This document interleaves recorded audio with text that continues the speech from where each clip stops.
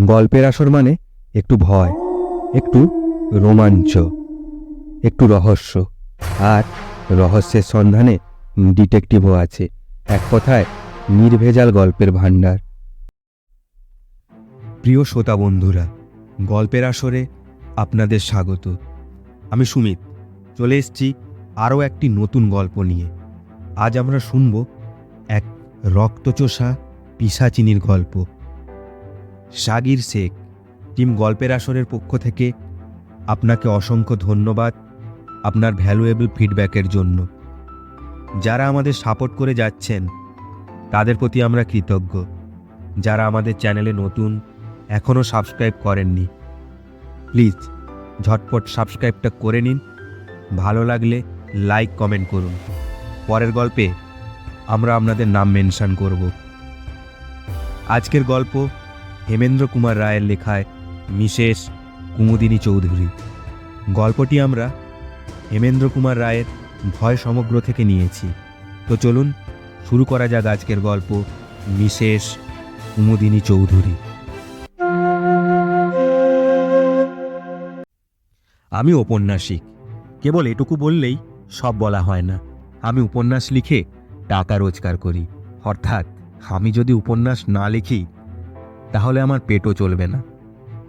অর্থাৎ উপন্যাস লেখা হচ্ছে আমার পেশা। কিন্তু এ পেশা বুঝি আজ চলে না। বাড়িতে রোজ এত লোকের ভিড়, মাসিক পত্রের সম্পাদকদের তাগাদা, চেনা অচেনা লোকের আনাগোনা, বন্ধুবান্ধবদের তাস দাবার আড্ডা, এইসব সামলাতে সামলাতেই প্রতিদিন কেটে যায়। যখন একলা হওয়ার সময় পাই তখন আসে ঘুমের সময়। কাজেই কিছুদিনের জন্য কলকাতা ছাড়তে হলো। স্থির করলুম অন্তত একখানা উপন্যাস না লিখে আর কলকাতায় ফিরব না। বিদেশে নিশ্চয়ই বাসায় এত চেনা অচেনা লোকের ভিড় হবে না। সিধে চলে গেলুম ঝাঁঝা জংশনে। একখানি ছোটোখাটো বাংলা ভাড়া নিলুম। সকালে ও বিকেলে বেরিয়ে বেড়াই। দুপুর ও সন্ধেবেলাটা কাটে উপন্যাস লেখায়। ভিড়ের ভয়ে বিদেশে পালিয়ে এলেও মানুষের সঙ্গ বিনা মানুষের প্রাণ বাঁচে না। ঝাঁঝায় এসেও ৩-৪ জন লোকের সঙ্গে আমার অল্প বিস্তর ঘনিষ্ঠতা হলো। একজন হচ্ছেন মিসেস কুমুদিনী চৌধুরী। তিনি বিধবা, স্বামী পেশাওয়ারে কাজ করতেন। স্বামীর মৃত্যুর পর থেকে তিনি ঝাঁঝায় এসে বাস করছেন। তার সন্তানাদি কেউ নেই। ধর্মে তিনি খ্রিস্টান। আমার আরেকজন নতুন বন্ধুর নাম অমূল্যবাবু। এ ভদ্রলোকের বয়স হবে বছর 50। কলকাতার কোনো এক কলেজে প্রফেসরি করতেন। এখন অবকাশ নিয়ে এইখানে বসেই লেখাপড়া করে দিন কাটিয়ে দেন। অমূল্যবাবু পরলোক তত্ত্ব নিয়ে সারা জীবনই যথেষ্ট আলোচনা করেছেন। মৃত্যুর পর জীবের কি অবস্থা হয় তার মুখে সর্বদাই সেই কথা শুনতে পাওয়া যায়। এখানকার রেলের ডাক্তার গোবিন্দবাবুর সঙ্গেও আলাপ হলো। তিনি খুব সাদাসিধে ভালো মানুষ লোক এবং সন্ধে হলেই ভূতের ভয়ে কাতর হয়ে পড়েন। সূর্যাস্তের পর তিনি প্রাণান্তেও অমূল্যবাবুর বাড়ির চৌকাঠ মারাতে রাজি হন না। কারণ পাছে তাকে কাছে পেয়ে অমূল্যবাবু 2-4টে পরলোকের কাহিনী শুনিয়ে দেন।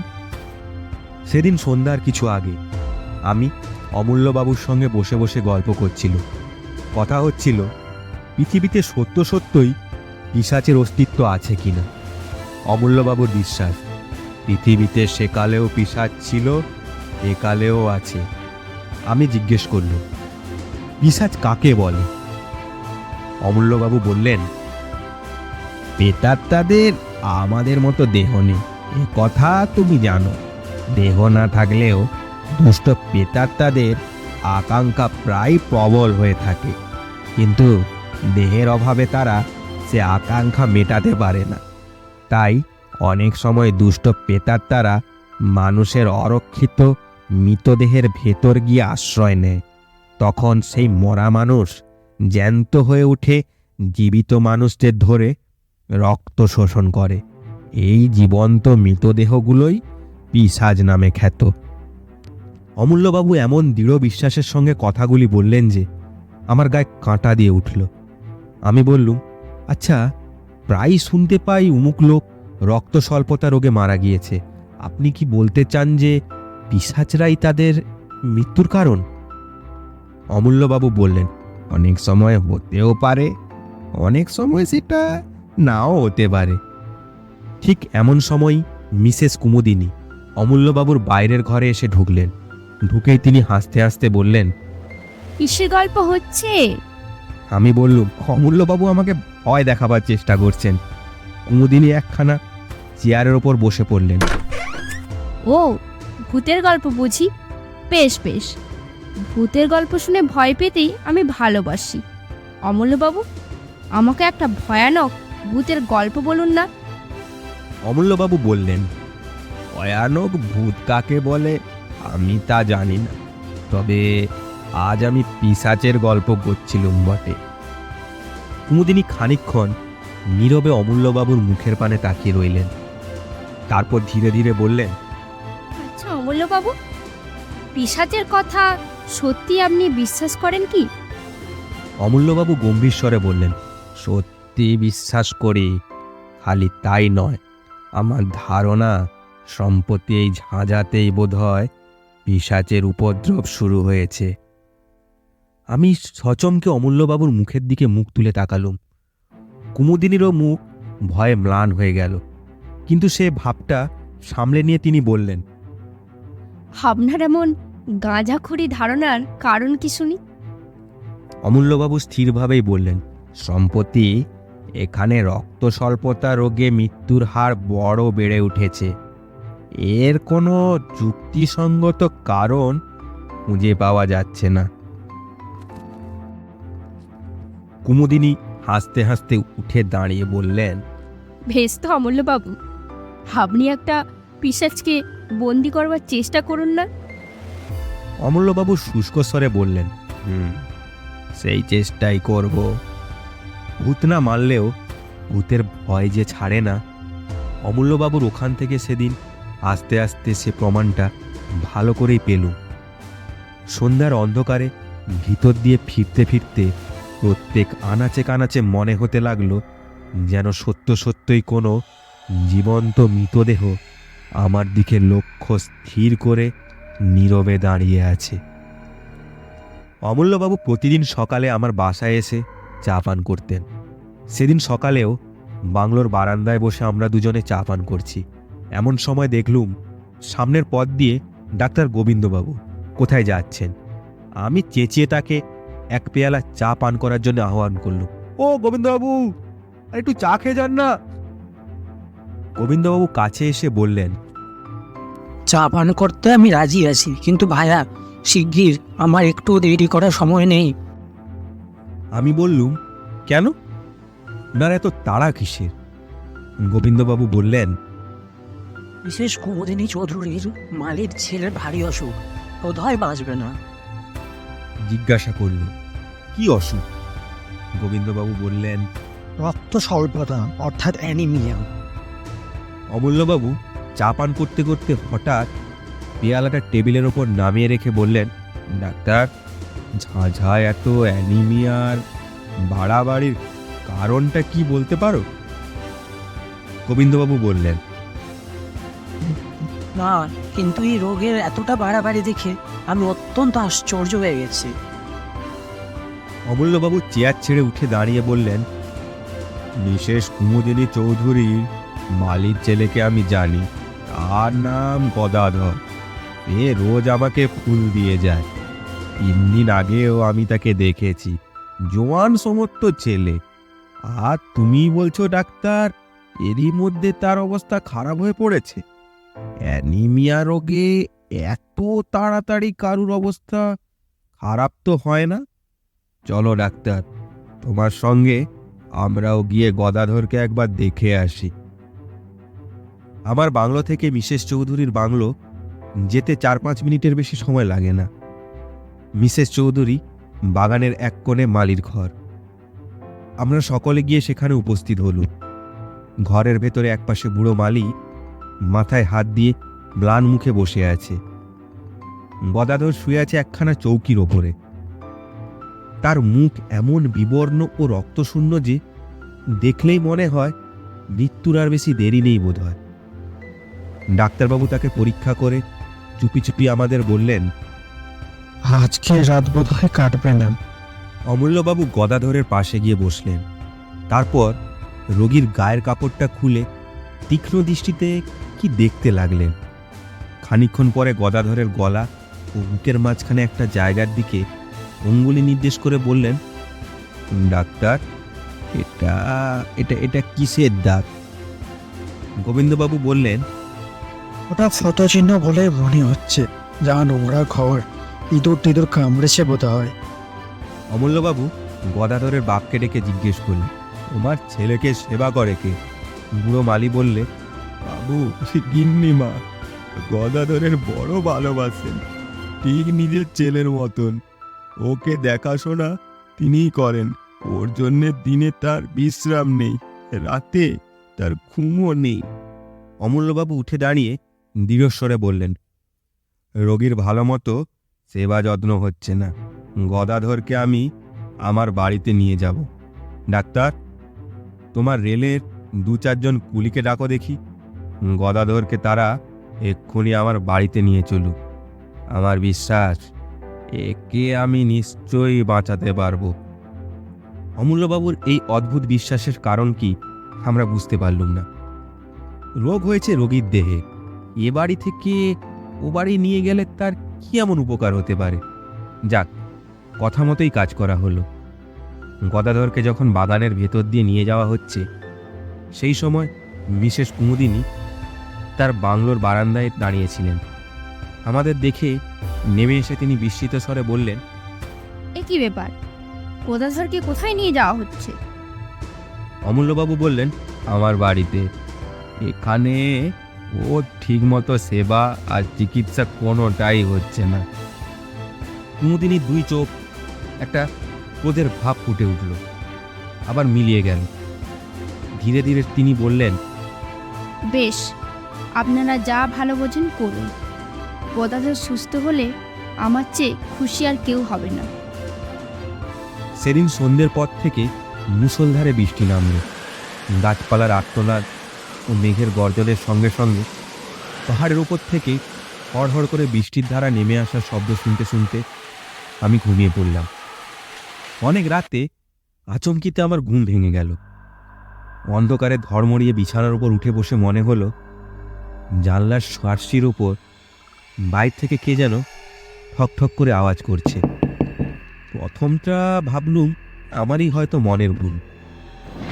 বাইরে তখন সমান্তরে বৃষ্টি ঝরছে, বাজও পড়ছে, ঝড়ও হৈ হৈ করছে। এমন দুর্যোগে সার্সির ওপরে করাঘাত করতে আসবে কে? হয়তো ঝোড়ো হাওয়া ঘরের ভেতর ঢুকতে চায়। আবার বিছানার উপর শুয়ে পড়লুম, কিন্তু সঙ্গে সঙ্গে তখনই সার্সির উপরে আবার শব্দ হলো। সবিস্ময়ে বিছানার উপর থেকে লাফিয়ে পড়লুম। আর তো কোনো সন্দেহই নেই, কে এলো? এই বন জঙ্গল পাহাড়ের দেশে এই ঝড় বৃষ্টি অন্ধকারে কে আমার ঘরের ভেতর ঢুকতে চায়? অজানা বিদেশে বলে শোয়ার সময় বালিশের তলায় রোজই একটা টর্চ রেখে দিতুম। টক করে টর্চটা তুলে নিয়েই জেলে জানলার উপর আলোটা ফেললুম। সেই তীব্র আলোকে দেখলুম বন্ধ সার্সির ওপরে 2 হাত ও মুখ রেখে দাঁড়িয়ে আছে এক অদ্ভুত মূর্তি।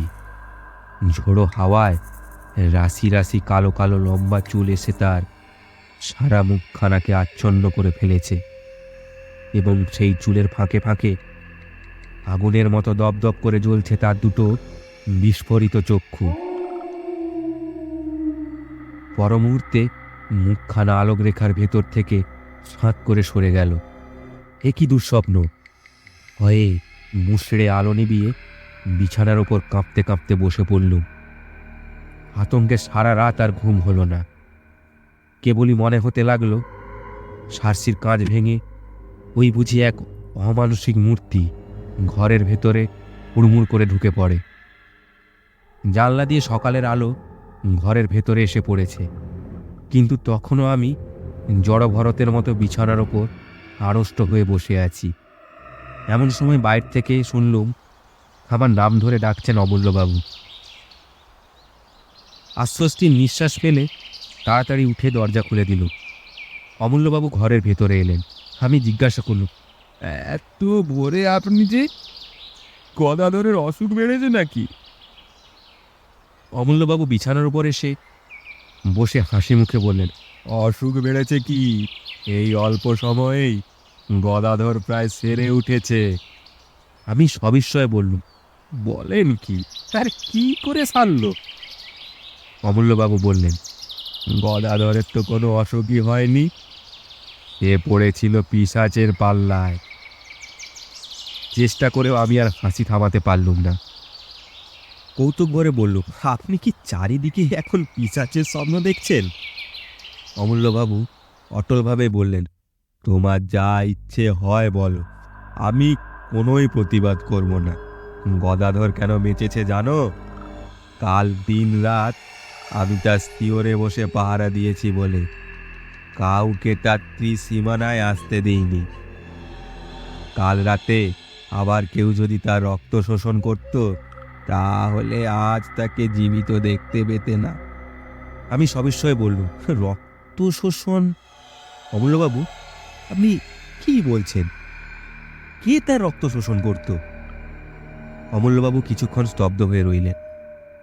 তারপর ধীরে ধীরে বললেন, তোমার ও কথার কোনো জবাব আগে আমি দেব না। কাল রাতে আমি সচক্ষে কি দেখেছি তোমার কাছে আগে সে কথাই বলতে চাই। তুমি জানো আমার বাড়ি দোতলা। গদাধরকে আমি দোতলার ঘরেই শুয়ে রেখেছিলাম। পাহারা দেওয়ার জন্য তার পাশে বসে কাল সারা রাত আমি কাটিয়ে দিয়েছি। কালকের রাতের ঝড় বৃষ্টির কথা তুমি টের পেয়েছো বোধহয়। মাঝরাত্রে ঝড় বৃষ্টির বেগ খুব বেড়ে উঠেছিল। এই সময় বই পড়তে পড়তে হঠাৎ আমি মুখ তুলে দেখি জানলার ঠিক বাইরেই একটা ত্রিমূর্তি দাঁড়িয়ে রয়েছে। দোতলার ঘর, মাটি থেকে সেই জানলাটা অন্তত 20 ফুট উঁচু। সেখানে কোনো স্বাভাবিক মানুষের মূর্তির আবির্ভাব যে সম্ভবপর নয়, এ কথা তুমি বুঝতেই পারছ। আমি অবাক হয়ে তার মুখে খানিকক্ষণ তাকিয়ে রইলুম। ঘরের আলো তার মুখের ওপর গিয়ে পড়েছিল। তাকে দেখেই আমি চিনতে পারলুম। কে সে? কিছু আন্দাজ করতে পারো? আমি হতভম্বের মতো ঘাড় নেড়ে জানালুম, না। অমূল্যবাবু বললেন, সে মূর্তি হচ্ছে মিসেস কুমুদিনী চৌধুরীর। কুমুদিনী খুব হাসি মুখে আমার দিকে তাকিয়েছিলেন। আমি তাকে দেখেই উঠে দাঁড়ালুম। তারপর সার্সি খুলে খড়খড়ির পাল্লা দুটো বন্ধ করে দিলুম সজোরে। আমাকে বাধা দেওয়ার জন্যে মূর্তিটা তাড়াতাড়ি হাত বাড়িয়ে এগিয়ে এলো, কিন্তু বাধা দিতে পারলে না। আমার মনে হলো জানলা বন্ধ করার সময় তার ডান হাতখানা পাল্লার তলায় পেড়ে চেপটে গেল। তারপরেও জানলার ওপরে আরও কয়েকবার করাঘাটের শব্দ শুনতে পেলুম, কিন্তু সেদিকে আমি আর ভ্রুক্ষেপও করলুম না। এখন বলো, আমার কথা পাগলের গল্প বলে মনে হচ্ছে কি? আমি রুদ্ধশ্বাসে বলে উঠলুম, অমূল্যবাবু, অমূল্যবাবু, আপনি কি বলছেন? মিসেস কুমুদিনী চৌধুরী? অমূল্যবাবু বাধা দিয়ে বললেন, শোনো, টেলিগ্রামে আমি আর একটা খবর আনিয়েছি। পেশাওয়ারে মিসেস কুমুদিনী চৌধুরীর স্বামী মারা যান অ্যানিমিয়া রোগে, আর মিসেস কুমুদিনী চৌধুরীও তার মৃত্যুর 15 দিন আগে দেহত্যাগ করেছেন। আমার সর্বশরীর কেমন ধারা করতে লাগলো। টেবিলের একটা কোণ ধরে তাড়াতাড়ি চেয়ারের ওপর বসে পড়লুম। অনেকক্ষণ পরে নিজেকে সামলে নিয়ে অমূল্যবাবুর কাছে আমিও কাল রাত্রে যা দেখেছি সেই ঘটনাটা খুলে বললুম। অমূল্যবাবু কি বলতে যাচ্ছিলেন, কিন্তু হঠাৎ দরজার দিকে তাকিয়ে থেমে গেলেন। ফিরে দেখলুম বাংলোর সিঁড়ি দিয়ে বারান্দায় এসে উঠলেন মিসেস কুমুদিনী চৌধুরী। তাকে দেখেই সর্বপ্রথম আমার চোখ পড়ল তার ডান হাতের দিকে। তার ডান হাতে ব্যান্ডেজ বাঁধা। কুমুদিনীও আস্তে আস্তে অমূল্যবাবুকে আমার ঘরে দেখে থমকে দাঁড়িয়ে পড়লেন। তার মুখ চোখে এমন একটা অমানুষিক বিশ্রী ভাব জেগে উঠল, যা কোনোদিন কোনো মানুষেরই মুখে আমি লক্ষ্য করিনি। তারপরে দিক বিদিক জ্ঞান হারিয়ে তীরের মতন তিনি বারান্দার উপর থেকে নেমে গেলেন এবং সেই রকম বেগেই সামনের দিকে ছুটে চললেন। আমি দ্রুত পদে এগিয়ে চেঁচিয়ে উঠল, মিসেস চৌধুরী, মিসেস চৌধুরী, সাবধান, ট্রেন, ট্রেন। কিন্তু আমার মুখের কথা মুখেই রইল। আমার বাংলোর সামনে গিয়ে যে রেলপথ চলে গেছে, কুমুদিনী তার উপর গিয়ে দাঁড়াতে না দাঁড়াতেই একখানা ইঞ্জিন উড়ুল করে একেবারে তার দেহের উপর এসে পড়ল। ভয়ে আমি দুই চোখ বুজে ফেললাম। সঙ্গে সঙ্গে শুনলুম তীক্ষ্ণ এক মর্মবেদী আর্তনাদ। তারপরেই সব স্তব্ধ। খানিকক্ষণ আচ্ছন্নের মতো দাঁড়িয়ে রইলুম। আমার চারিদিকের পৃথিবী যেন ঘুরতে লাগলো এবং সেই অবস্থাতেই শুনলুম অমূল্যবাবু বললেন, স্থির হ ভাই, স্থির হ। ট্রেনে যে চাপা পড়ল ও কোনো মানুষের দেহ নয়, ও হচ্ছে কোনো পিশাচের আশ্রিত দেহ। ঝাঁঝার গোরস্থানে মিসেস কুমুদিনী চৌধুরীর দেহ কবর দেওয়া হলো। তারপর মাসখানেক কেটে গেল। এই ভীষণ ঘটনার ছাপ আমাদেরও মনের ওপর থেকে ধীরে ধীরে অস্পষ্ট হয়ে আসতে লাগলো। কিন্তু এই ঘটনার সঙ্গে জড়িত একটা বিষয় সম্বন্ধে এখনো আমাদের মনে ধাঁধা ঘুচল না। ঝাঁঝায় রক্ত স্বল্পতা রোগের বাড়াবাড়ি এখনো কমল না। তাই নিয়ে প্রায় আমাদের মধ্যে আলোচনা হয়। অমূল্যবাবু পর্যন্ত ধাঁধায় পড়ে গেছেন।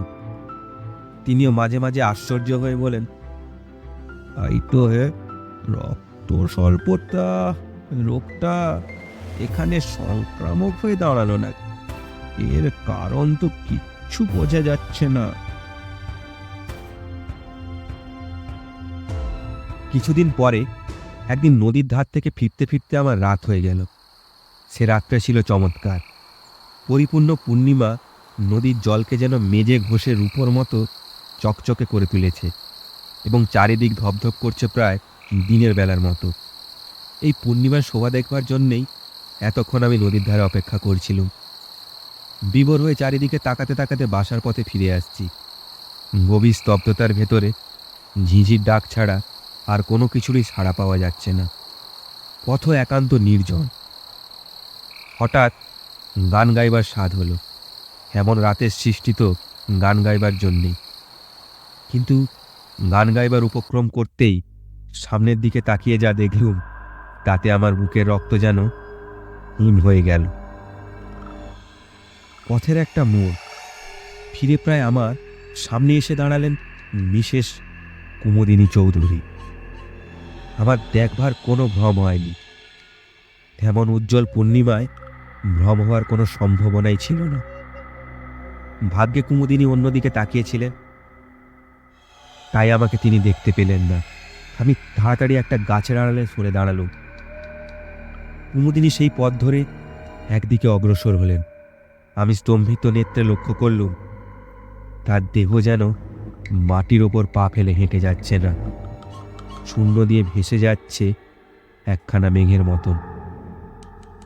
পথের বাঁকে সেই অদ্ভুত ও ভীষণ মূর্তি অদৃশ্য হয়ে গেল এবং আমিও ছুটতে লাগলুম রুদ্ধশ্বাসে, আতঙ্কে বিস্ময়ে বিহ্বলে ছুটতে লাগলুম। ছুটতে ছুটতে একেবারে অমূল্যবাবুর বাড়িতে। অমূল্যবাবু বৈঠকখানায় একলা বসে বই পড়ছিলেন। হঠাৎ আমাকে সেইভাবে সেখানে দেখে তিনি নির্বাক বিস্ময়ে আমার মুখের দিকে তাকিয়ে রইলেন। আমি প্রায় রুদ্ধস্বরে বলে উঠল, মিসেস চৌধুরী, মিসেস চৌধুরী। অমূল্যবাবু, এইমাত্র মিসেস চৌধুরীর সঙ্গে আমার দেখা হলো। অমূল্যবাবু সিধে হয়ে দাঁড়িয়ে উঠলেন। তারপর বললেন, তার মানে? আমি হাঁপাতে হাঁপাতে বলল, নদীর পথ দিয়ে ফিরে আসছিল মিসেস কুমুদিনী চৌধুরী প্রায় আমার পাশ দিয়েই এইমাত্র চলে গেলেন। তুমি ঠিক দেখেছ? আপনাকে যেমন ঠিক দেখছি, তাকেও ঠিক তেমনি দেখেছি। ওঠো ওঠো, আর দেরি নয়, এখনই আমার সঙ্গে চলো। এখন কোনো কথা জিজ্ঞেস করো না। অমূল্যবাবু হাত ধরে আমাকে টেনে নিয়ে দ্রুত পদে ঘর থেকে বেরিয়ে এলেন। তারপর বাগানের কোণ থেকে একটা শাবল ও একখানা কোদাল তুলে নিয়ে কোদালখানা আমার হাতে দিয়ে বললেন, এসো। আমি যন্ত্রচালিতের মতো তার সঙ্গে চললুম। আবার সেই নদীর পথ, চারিদিক তেমনি নীরব ও নির্জন, আকাশে তেমনি স্বপ্নময় চাঁদের হাসি। নিবিড় বনজঙ্গল ও পাহাড়ের পর পাহাড় দাঁড়িয়ে আছে, যেন ছবিতে আঁকা। কিন্তু সেসব দৃশ্য দেখবার মতো মনের অবস্থা তখন আমার ছিল না। আমার প্রাণ থেকে সমস্ত কবিত্ব তখন কর্পূরের মতো নুবে গিয়েছিল। ঘাসের ওপরে বড় বড় গাছের ছায়া নড়ছে, আর আমি চমকে চমকে উঠছি। নিস্তব্ধতা বিদীর্ণ করে একটা পেঁচা চেঁচিয়ে উঠল। শিউরে উঠে আমি ভাবলুম, ঝোপে ঝোপে আড়ালে আবঝায় যেসব অশরীরী দুষ্ট আত্মা রক্ততৃষ্ণায় উন্মুক্ত হয়ে আছে, ওই নিশাচর পাখিটা যেন তাদেরই সাবধান করে জানিয়ে দিলে, তোমরা প্রস্তুত হও, পৃথিবীর শরীরী প্রাণী আসছে। ওই তো ঝাঁঝার গোরস্থান, কবরের পর কবরের সারি দেখা যাচ্ছে, তাদের ওপরে ইটের বা পাথরের গাঁথুনি। পাশ থেকে নদীর জলের টান ভেসে আসছে অশান্ত তালে। আমার মনে হলো, এতক্ষণ ওইসব কবরের পাথরের ওপর যেসব ছায়াদেহ বসে বসে রাত্রি যাপন করছিল, আচম্বিতে জীবিত মানুষের আবির্ভাবে অন্তরালে গিয়ে নদীর সঙ্গে স্বর মিলিয়ে তারা ভয়াবহ কানাকানি করছে। একটা ঝোপের ভেতর আমাকে টেনে নিয়ে গিয়ে অমূল্যবাবু বললেন, এইখানে স্থির হয়ে লুকিয়ে বসে থাকি, এসো, সাবধান, কোনো কথা কইও না। সারা রাত সেইখানে আড়ষ্ট হয়ে দুজনে বসে রইলুম। সেদিনকার সে রাতটা আর পৃথিবীর রাত বলে মনে হলো না। ইহলোকে থেকেও আমরা যেন পরলোকের বাসিন্দা হয়ে উঠেছি। চাঁদ পশ্চিম আকাশের শেষ প্রান্তে, পূর্ব দিকে ধীরে ধীরে যেন মৃত রাত্রির বুকের রক্ত ঝরে পড়তে লাগলো, অর্থাৎ ভোর হচ্ছে। হঠাৎ অমূল্যবাবু আমার গা টিপলেন। চমকে ফিরে দেখি, নিবিড় বনের ভিতর থেকে মেঘের মতো গতিতে এক অপার্থিব নারী মূর্তি বাইরে বেরিয়ে আসছে, মিসেস কুমুদিনী চৌধুরী। অমূল্যবাবু আমার কানে কানে বললেন, আজকের রাতের মতো পিশাচির রক্ত পিপাসা মনে হয় শান্ত হলো। মিসেস চৌধুরীর দেহ ধীরে ধীরে গোরস্থানের ভিতর গিয়ে ঢুকল। একটা কবরের উপর গিয়ে এক মুহূর্ত স্থির হয়ে দাঁড়ালো। তারপর আচমকা শূন্যে দুই হাত তুলে এমন প্রচণ্ড তীক্ষ্ণস্বরে একটা অট্টহাস্য করে উঠল যে আমার সমস্ত বুকটা যেন বরফের মতো ঠান্ডা হয়ে গেল। সে কি পৈশাচিক শীতল হাসি! তারপর দেখলুম তার দেহটা ধীরে ধীরে মাটির ভিতর নেমে যাচ্ছে। খানিক পরেই সে একেবারেই অদৃশ্য হয়ে গেল। পূর্ব আকাশে সূর্যের প্রথম ছোটা জেগে উঠল। অমূল্যবাবু এক লাফে দাঁড়িয়ে উঠে বললেন, আর অপেক্ষা নয়, শিগগির চলো আমার সঙ্গে। আমরা মিসেস চৌধুরীর কবরের উপর গিয়ে দাঁড়ালুম। অমূল্যবাবু বললেন, আমি শাবল দিয়ে মাটি খুঁড়ি, আর তুমি ওই কোদালটা দিয়ে তা মাটিগুলো তোলো। তার এই অদ্ভুত আচরণের কারণ কি জিজ্ঞাসা করলুম না, কারণ আমি তখন আচ্ছন্নের মতো ছিলুম। তিনি যা বলেন আমি তাই করি। অল্পক্ষণ পরেই কফিনটা দেখা গেল। অমূল্যবাবু বললেন, দেখো, এইবার আমি কফিনের ডালাটা খুলব, তারপর আমি যা করব তুমি তাতে আমাকে বাধা দিও না। খালি এইটুকু মনে রেখো, কফিনের ভেতর যে দেহ আছে তা কোনো মানুষের দেহ নয়। অমূল্যবাবু দুই হাত টেনে কফিনের ডালাটা খুলে ফেললেন। আমি স্তম্ভিত চক্ষে দেখলুম কফিনের ভেতর শুয়ে আছে মিসেস চৌধুরীর পরিপূর্ণ দেহ। সে দেহ দেখলে মনে হয় না কোনোদিন টেনে কাটা পড়েছিল। সেটা 1 মাস আগে কবর দেওয়া কোনো গলিত মৃতদেহও নয়। তার তাজা মুখ থেকে অত্যন্ত প্রফুল্ল একটা হাসি ঝরছে। তার ওষ্ঠাধরের চারপাশে তরল রক্তধারা লেগে রয়েছে এবং তার জীবন্ত দুটো সহাস্য চোখ এক দৃষ্টিতে আমার মুখের পানে তাকিয়ে আছে। অমূল্যবাবু দুই হাতে শাবলটা হঠাৎ মাথার উপর তুলে ধরলেন। তারপর সজোরে ও সবেগে শাবলটা মৃতদেহের বুকের ওপর বসিয়ে দিলেন। ইঞ্জিনের বাঁশির আওয়াজের মতো এক তীব্র দীর্ঘ আর্তনাদে আকাশ বাতাস পরিপূর্ণ হয়ে গেল। তারপর সব চুপ। আপনারা শুনছিলেন এক পিশাচিনীর গল্প, মিসেস কুমুদিনী চৌধুরী। কেমন লাগলো আমাদের কমেন্ট করে জানান। ভালো লাগলে লাইক শেয়ার করুন, পৌঁছে দিন আপনার পরিজনের কাছে। আর যারা এখনও সাবস্ক্রাইব করেননি, প্লিজ সাবস্ক্রাইবটা করে দিন। আপনাদের সাপোর্ট ছাড়া আমরা এগোতে পারবো না। আপনারা আমাদের পাশে থাকুন, তাহলে আমরা আরও ভালো কিছু আপনাদের সামনে প্রেজেন্ট করতে পারবো। সবাই খুব ভালো থাকুন। আসছি নতুন গল্প নিয়ে। নমস্কার।